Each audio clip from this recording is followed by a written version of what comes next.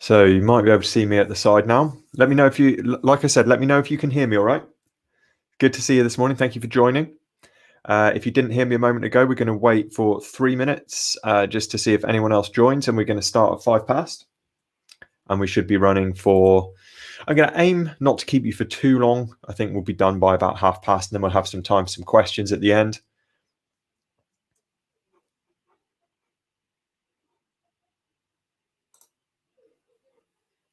But hopefully you can hear me all right.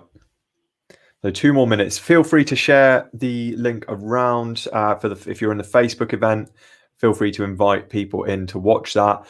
If you are watching it through the website or on YouTube, you should be able to invite people into that as well, just by sending your link across. So the more the merrier. If you want to involve some more people, then that is absolutely fine. In fact,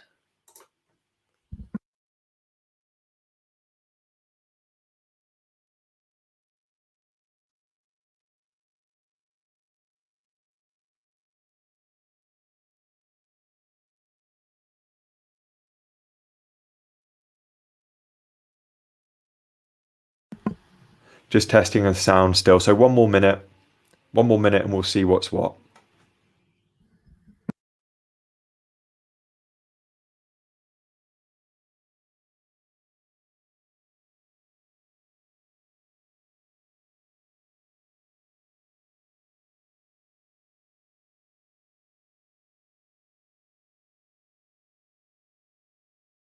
Okay. All right, guys. So I'm going to start off. I'm going to give you where are we looking? You can tell I haven't used this streaming thing before. Where's that one then?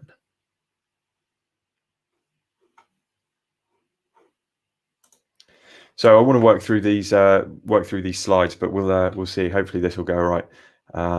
There we go. So first off, I want you to consider a question. If you were mentally and physically fitter, what would that make possible? If you were mentally and physically fitter, what would that make possible?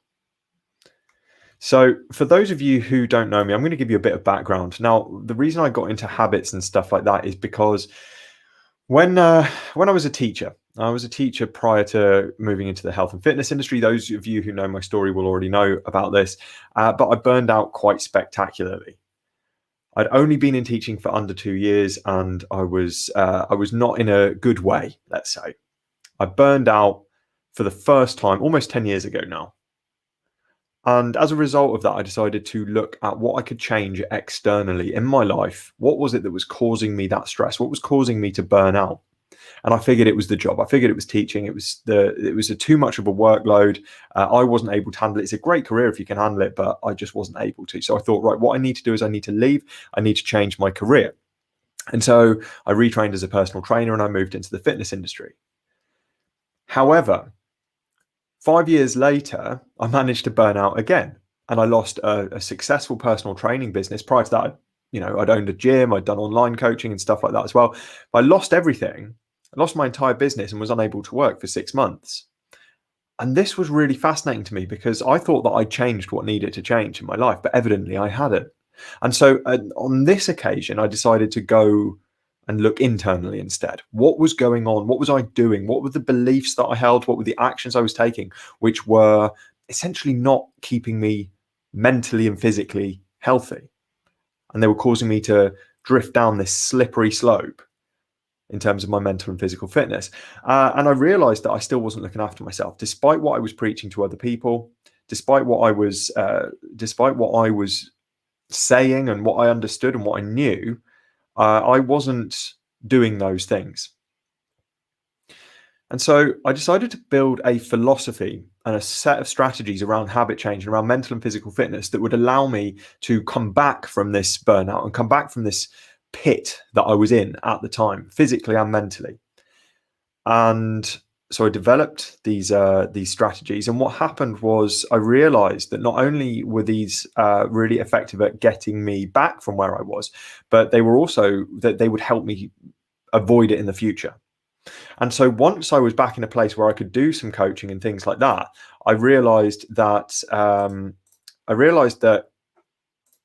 this could be the foundations for my coaching from this point onwards. This could be something that was beneficial to everyone.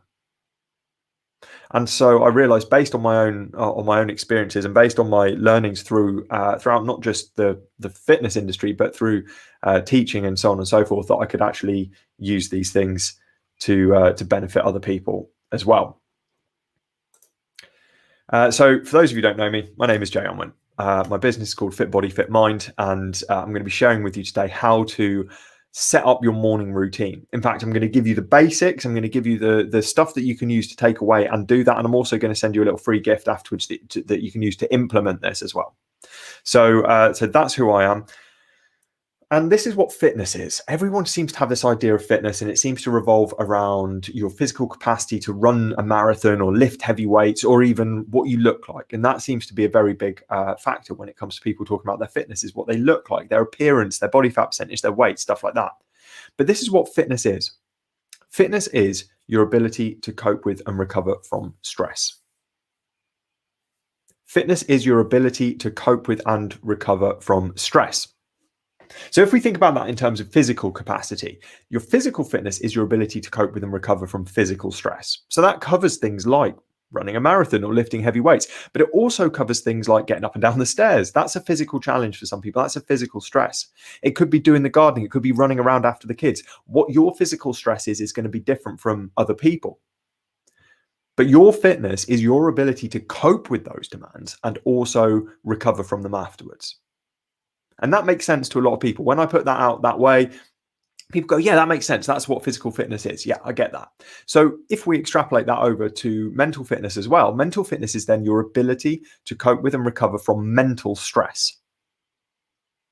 So over the past year or so, I'm sure you have probably faced some kind of stress, whether it is anxiety around your health, anxiety around your income, your work, because of perhaps being furloughed or being laid off, or your business going under. There's been a lot of stress, a huge amount of stress. And that isn't going to change anytime soon as this pandemic disappears over the next couple of years or whatever.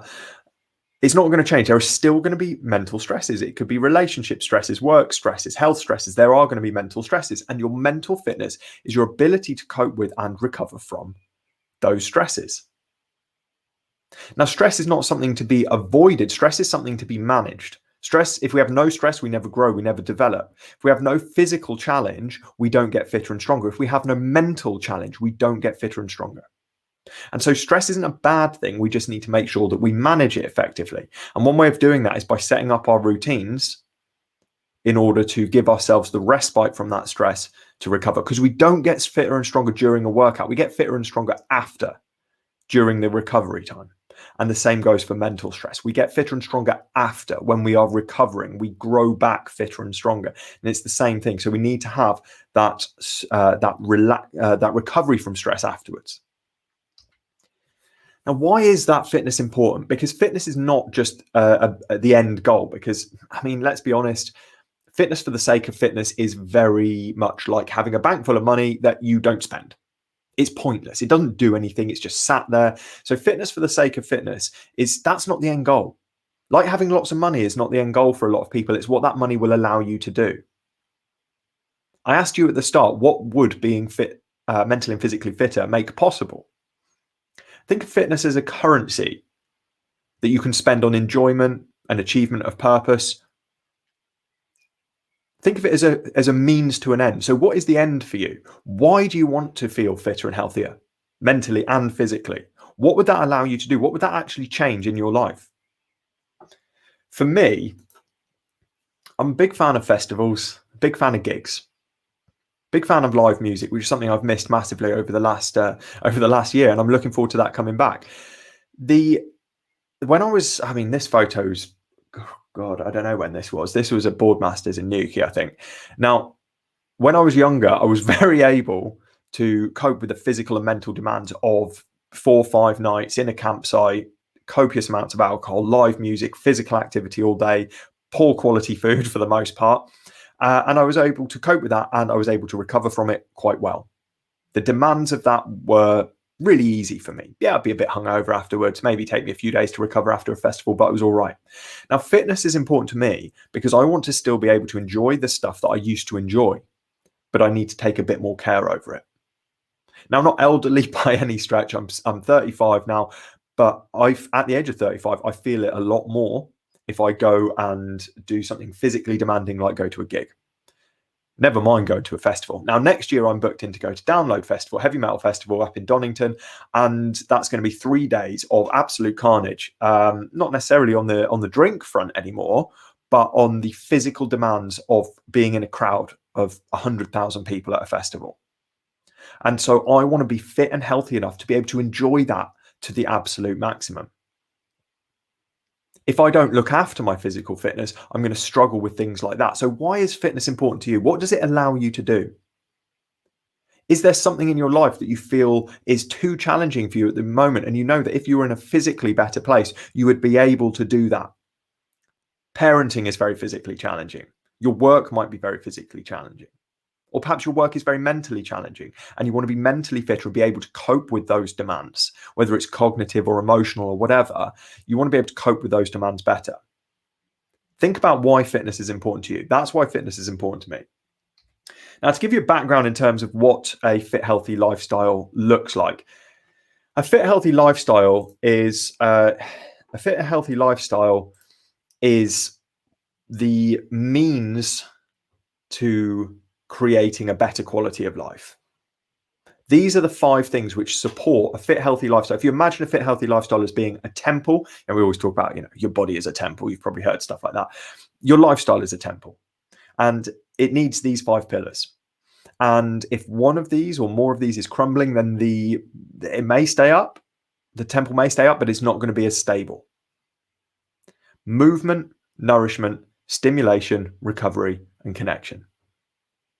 And I cover this in more detail in my book. So if you haven't already got a copy of my book, then make sure you go out and grab one of those. I'll leave a link. In fact, if you go to fitbodyfitmind.online, there is a link there, and you can click out and go and find it on Amazon. Or if you search for Jay Unwin, Fit Body Fit Mind on Amazon, you'll find it there. And it goes into this in a lot more depth. But just as a basic idea, movement, nourishment, stimulation, as in mental stimulation, recovery, and connection with nature, connection with other humans, connection with yourself. And nourishment is, by the way, not just what you eat, it's what you breathe, it's what you drink, it's anything that you're putting into your body. Does it nourish your body? And these 5 pillars, only you can assess the current state of these pillars in your life. Are any of these pillars, now looking at those, are any of these pillars particularly weak for you? Are you moving enough, or do you think you should be moving more? Are you nourishing your body, or are you eating low nutrition foods, very nutrient depleted foods rather than nutrient dense foods? Or are you dieting and not actually eating enough to fuel your body at all? So are you nourishing your body, or are you dieting? Are you trying to diet? Because dieting is just a completely different way of looking at things, and it isn't always the best way. So think about nourishing your body. Could you nourish your body better? Only you will know this. Could you stimulate your mind more? What are you reading? What are you watching? What are you doing? What skills are you practicing? What hobbies do you have? Could you stimulate your mind more? Because if you don't stimulate your mind will deteriorate much like your muscles will if you don't use them. So are you stimulating your mind enough? Are you recovering well enough? How's your sleep? But not just your sleep. Are you allowing yourself time away from stress? If you imagine mental stress a bit like a swimming pool, an Olympic swimmer, best on the planet, your Michael Phelps of the world and stuff like this, they still have to get out of the pool at some point and recover. Are you allowing yourself to get out of the pool, or are you constantly stressed? Because if you do not get out of the pool, it doesn't matter how good you are. You could be the best in the world. You will drown. You will lose all of your energy and you will drown. So are you allowing yourself recovery time from physical strain, from mental strain, from emotional strain? Are you allowing yourself recovery, or could that improve? And are you connecting with other people? Are you connecting with your environment and nature? Are you connecting with yourself? Are you listening to yourself? We often talk about listen to your body, but do you know how to do that? Do you know how to listen to your body, how to listen to your mind? Each of these kind of comes with a lot more depth, but this isn't the place to go into it. If you're interested in any of this, obviously follow me on Instagram, follow me on Facebook, keep up to date with my website as well. And there's more stuff that we can go into on all of these. But like I said, a Saturday morning is not the time to go into each of these in really, really deep, a really deep way. But from that, you can probably start to assess which of these you think have which of these you think need to improve. Which of these do you think need to improve in your life? Which one is the biggest weak spot for you? And the next 5 things to think about is the 5 keys to a sustainable morning routine. The 5 keys to a sustainable morning routine. So think about this, because a lot of people, when they try and make changes, they try and change too much at once. And perhaps this is the same for you. Perhaps you've tried to change too much at once in the past. So what you want to do when you're changing your morning routine, you want to look at your current morning routine. We'll get on to kind of the step-by-step focus in a moment. But you want your new morning routine to be simple. That's the first thing, simple. And by simple, I mean not doing too many things at once and not trying to do complicated things. Simple habits. Things like drinking a glass of water when you wake up. Things like doing some kind of movement. Things like not snoozing the alarm. Simple things. Simplicity is the number 1 key to a sustainable morning routine, or a sustainable anything. The second key is making it easy. Now, this is different to simple, but they are linked, because the more simple something is, the easier it is. Often, I mean, running a marathon is simple. You just start running and you don't stop for 26.2 miles, but it's not easy. So simple and easy are 2 different things. So first off, we want the morning routine to be simple, but we also want to make it easy. And the way we can do this, best way we can do this, in fact, there are 2 things. 1, we want to attach the new habits that we're bringing in to existing habits. So after I brush my teeth, I will whatever. After I wake up, I will drink a glass of water. So easy, because you're attaching them to existing routines. And also, another way you can make it easy is by engineering your environment. And most people don't do this. Most people don't set up their surroundings to support the good habits. So if you want to drink a glass of water when you wake up, put that glass of water by your bed. If you want to go for a walk or a run in the morning before you have your shower, leave your kit out the night before so that you see it, it reminds you, it prompts you, and it makes it easy. It removes a barrier. And in the same way, if you've got a bad habit you're trying to break, put barriers in the way. So for example, if you want to be eating a different kind of breakfast, a healthier breakfast with, maybe you want to make a smoothie with fruit and protein and this, that, and the other, then rather than having a cupboard full of, chocolate cereal, nothing wrong with that now and again. But if you wanted to change that as a habit, don't buy it. Don't have it in the cupboard. Put a barrier in the way. So make it easy by adjusting your environment, engineering your environment. So you've got the good habits supported by what's around you, and the bad habits are undermined. There are barriers in the way. The third thing is to make it flexible. And by flexible, this kind of ties in with the next one. We've got flexible and consistent. But how can you have both? Well, there needs to be some structure, but you need flexibility within that structure. You need flexibility within that structure, because some mornings you're going to struggle with certain things. So there needs to be flexibility in that you can adjust where necessary, or if something is no longer serving you, you can change. If you miss a day, it's not the end of the world. You can get back on it the next day. If you miss one day of having a glass of water when you wake up, it's not going to kill you. It's not going to make you unhealthy in the same way as drinking one glass of water is not going to make you healthy. And so allowing that flexibility, allowing that adaptability to deal with things as and when they come up will help you be more consistent, which is the next one.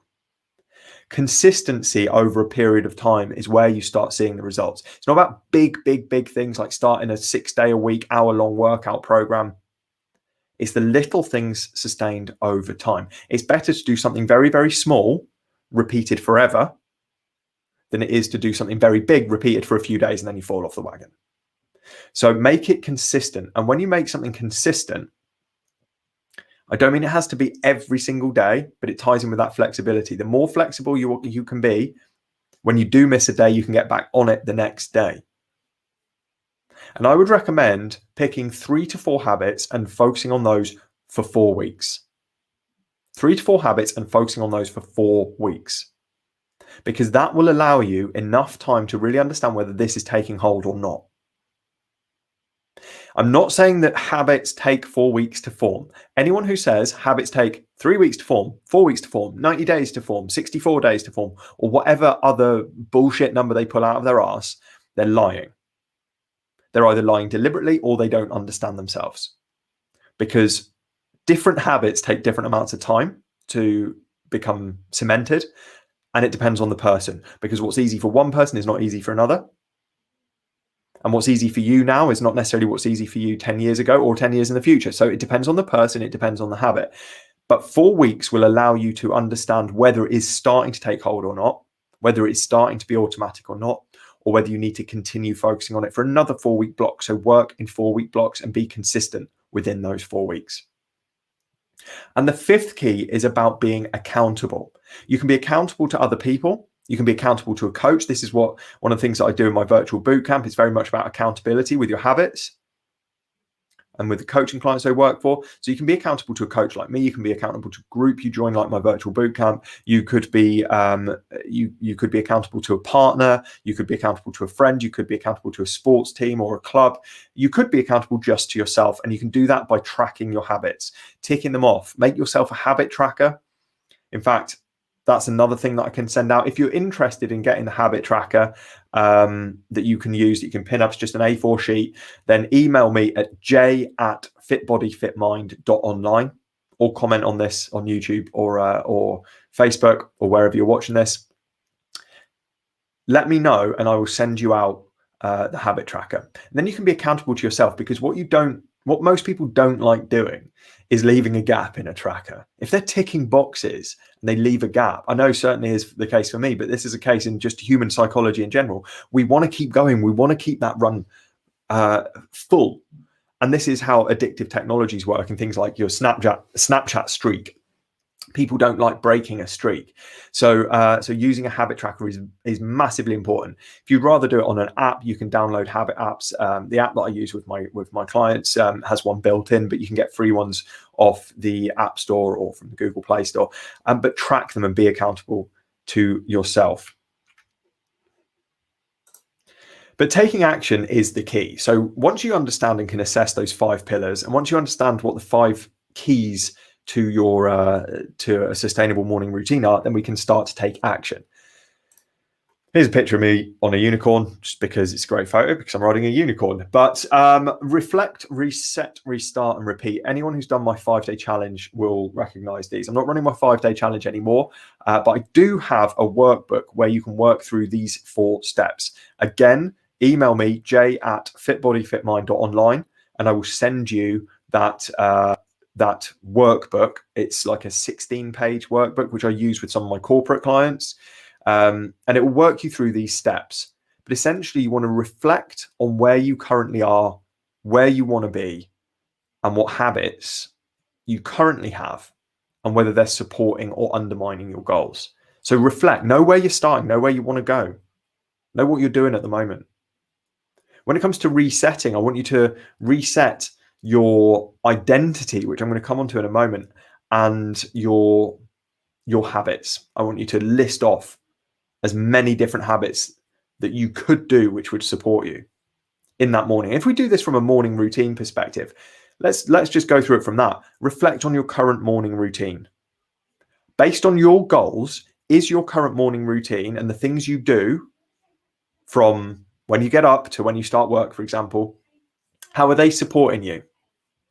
Are they working for you? Are they undermining you? And you can audit those. It's in the workbook. Like I said, make sure you email me so I can send that out to you and you can actually work through this.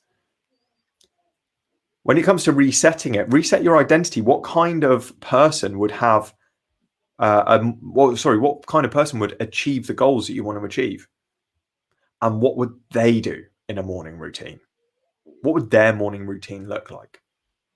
And if you write down like loads of stuff that the person that you would like to become would do in their morning routine. Don't worry, you're not going to change all of it, but write down as many things as possible. Shoot for like 25 things. What would they do? They'd drink a glass of water. They'd get up and they'd do some press ups, or they'd go for a walk around the block.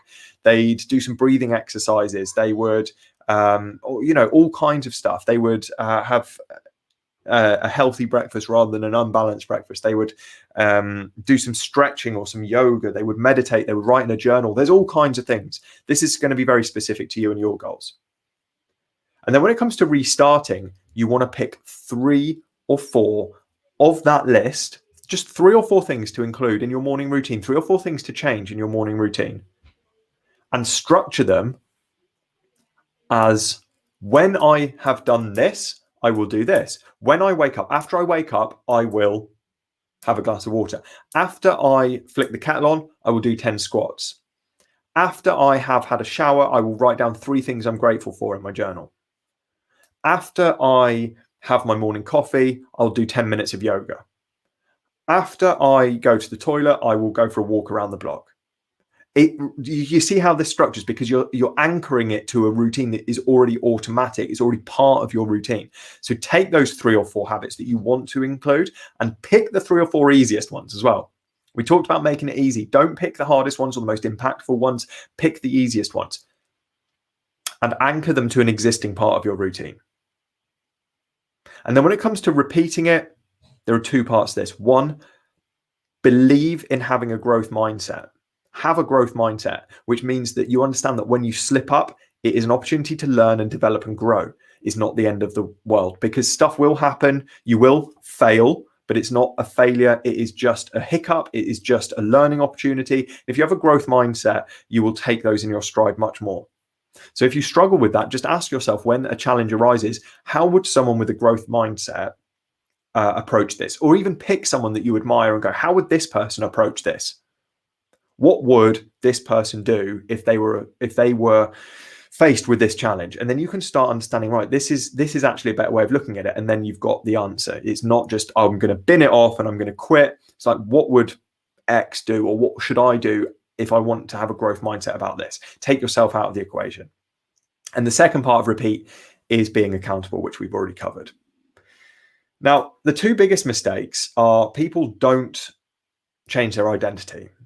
So someone trying to change their morning routine to be more fit, healthy, and active, they might still see themselves as a sedentary, unhealthy, unfit person. And we cannot act in a way which contradicts our identity, at least not long term. We can't sustain that. And it's why people, they may do a 12-week fitness program, and if they even make it to the end of the 12 weeks, they slip back into old habits. Why? Because they still see themselves the same way as they saw themselves at the start. So you need to start telling yourself, I am this person. I am a fit, healthy, active person. I am someone who has a good morning routine. I'm someone who doesn't snooze the alarm clock. I look forward to the day. And you create a new identity, which you don't need to believe to start with, but it's an identity you can step into. It's like you're creating a persona that you can step into. And every time you act in a way which supports that identity, every time you tick that box for drinking a glass of water or walking around the block or doing some meditation or doing some yoga or doing some press ups or whatever it happens to be, every time you tick that habit off, your brain unconsciously goes, yeah, I am a fit, healthy, active person. And that reality comes true. That new identity comes true. Now, I'm not saying stand in front of the mirror and say you're in the best shape of your life if you're not, because you know you're not. Don't stand in the front of the mirror and say you're a millionaire when you're broke. You're not. But you can tell yourself things about your activity, about your behavior. So, for example, rather than saying I'm a millionaire, you could say I'm getting better at looking after my money, or I'm good at looking after my money, because that's something you can change immediately. You can't become a millionaire immediately. And the same thing is true with your fitness. You don't say I am in the best shape of my life. You say I'm working on becoming the best shape of my life. I'm working on, I'm someone who takes care of what my capacity for stress is. I'm someone who looks after my recovery. I look after myself. I'm a fit, healthy, active person, because that's something you can be straight away. That's something you can change right now if you wanted to. So don't use affirmations that are related to the end goal. Use affirmations which are related to your behavior. And then every time you act in a way which supports that identity, it cements it a little bit further. And the second part is that thing about engineering your environment. This is the second mistake that most people make. They don't engineer their environment. They're trying to do the same thing with circumstances which don't support it. So for example, if you're trying to quit smoking and you have a cigarette every morning and you leave a packet of cigarettes on your table or on the dresser or whatever, that is not going to make that good habit easy. It's going to make the bad habit very easy. So get rid, chuck them in the bin. Make the good habits easy and the bad habits hard. So think about those 3 or 4 habits you're going to do in the morning and work out what you can do to support those habits. And what can you do to put a barrier in the way of you and the bad habits? If you don't, you're making one of the biggest mistakes you could possibly make. Finite resources are more valuable, right? Diamonds are valuable because there's less of them. Gold is more valuable because there's less of it than there is silver. So it's more valuable. The more rare something is, the more valuable it is. Finite resources. If you've got an infinite amount of something, it has 0 value. And nice chirpy slide for a Saturday morning. You're going to die. We all are, and none of us know when. So you don't know how much time you have left. And therefore, it should be very, very valuable to you. Because you do not know whether you have got days, months, years, hours, minutes. And finite resources are more valuable. So if you're going to make a change, why not just get the fuck on with it? Because all that will happen if you don't is that in 2 weeks' time, 4 weeks' time, 3 months' time, a year's time, you're going to be in exactly the same place as you are now or worse. And you're going to still be miserable and you're going to still be feeling out of control in terms of your own behaviors and your own habits. So just do something about it. Because all of this is so that you have a better quality of life. And when are you going to start allowing yourself to improve your quality of life? It's a bit of a heavy one, wasn't it? Breaking it down into achievable steps is what I want you to do. Okay, we're going to close off in a sec. So get the workbook off me and work through it over the course of a week or more. You could go through it in a day if you wanted to, but spread it out and don't rush it. You could do it in a day, but I'd recommend a week. It used to be run as a 5-day challenge. Work through it over the course of a week or 2 weeks if you'd rather. But then take action and implement what you've learned from that into your own life. Because you could work through the workbook and change nothing, and then nothing will change. But you've got those options. You could walk away and not do anything about this. That's cool. If you're happy, awesome. If you don't want to change, awesome. It really doesn't affect me. I'm not pushy. I'm not someone who's going to say you should be doing this, you should be doing that. I'm here to help the people who do want to change. So if you don't want to change, that's cool. I still love you. If you do want to change, do this. Grab your workbook, jay@fitbodyfitmind.online. Send me an email. I'll send it across to you. Work through it and then act on it. And if you want extra help from next week, it'll be the next onboarding for my virtual bootcamp, where I'll be opening up just 5 places for people to come on. And if you've watched this webinar, I'll do you a special deal on it. So keep an eye on your emails and I'll send a special deal out if that's something that you'd like to do. But that only opens up once a month for 5 people up to a point, and then I cap it. So it's very, those places will go. So you can either do nothing, work through it on your own, or get some help. That's basically your 3 options. But I would recommend not the first option unless you're really, really happy with your current routine. And a little quote, I got told to stop quoting other people, so I'm going to quote myself. Your habits make up your days make up your life. Thus, your habits make up your life. So your life, whatever it looks like, yes, there's stuff outside your control, but your habit is built, your life is built on your habits. Your life is built on your daily routines, your morning routine, the little actions you take throughout the day. And so if you want to change the stuff that is going on in your life, you have to change your habits. That is the only way. You can't change stuff outside. You can't change stuff that other people are doing, but you can change your own behaviors. If you're not already following me, if you're not already involved with me, come and find me at The Real Jay Unwin. So this is, if you look on facebook.com/The Real Jay Unwin, if you look on Instagram, The Real Jay Unwin, Twitter, I'm not really active on, but it's there. I've just joined Clubhouse, but I haven't started doing anything on there. But again, The Real Jay Unwin. So that's where you can find me on any of these things. Or if you head to my website, fitbodyfitmind.online, you can find some free resources. In fact, I think you can download the tracker there as well, the tracker we were talking about earlier on. But like I said, jay@fitbodyfitmind.online if you want a two-way conversation or you want the workbook, because I will send that out to you. Hopefully this has been useful, guys. This is a real basic introduction to how to win your morning when working from home. I've been Jay Unwin, and if you've got any questions, please let me know in the comments, and I'll answer them now.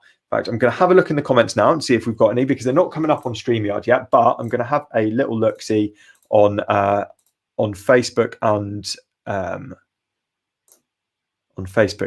on YouTube. Okay, cool. I've seen Michelle's commented. She's just letting me know that the sound is good, so that's ideal. Okay, I think we're all good for questions. So, like I said, guys, you need to email me if you want the workbook. So that is jay@fitbodyfitmind.online, and I'll send that to you completely for free. I'll send you the habit tracker as well. If you want any more information, then just ping me an email, ping me a message on any platform. I'm more than happy to chat. Hopefully this has been useful to give you an insight into how to change your morning routine, and how to do it in a way which is personalized to you. This is why I'm not here going, you have to do this, you have to do that, you have to do the other. It's going to be personalized to you. Your routine is going to look very different to mine. But you have got some strategies laid out to do that. And the next step is using that workbook and actually acting on it. Okay, so thank you so much for watching. Really appreciate the support. And if you've got any questions, I look forward to hearing from you. Cheers, guys. Have an amazing Saturday, and I will speak to you all soon.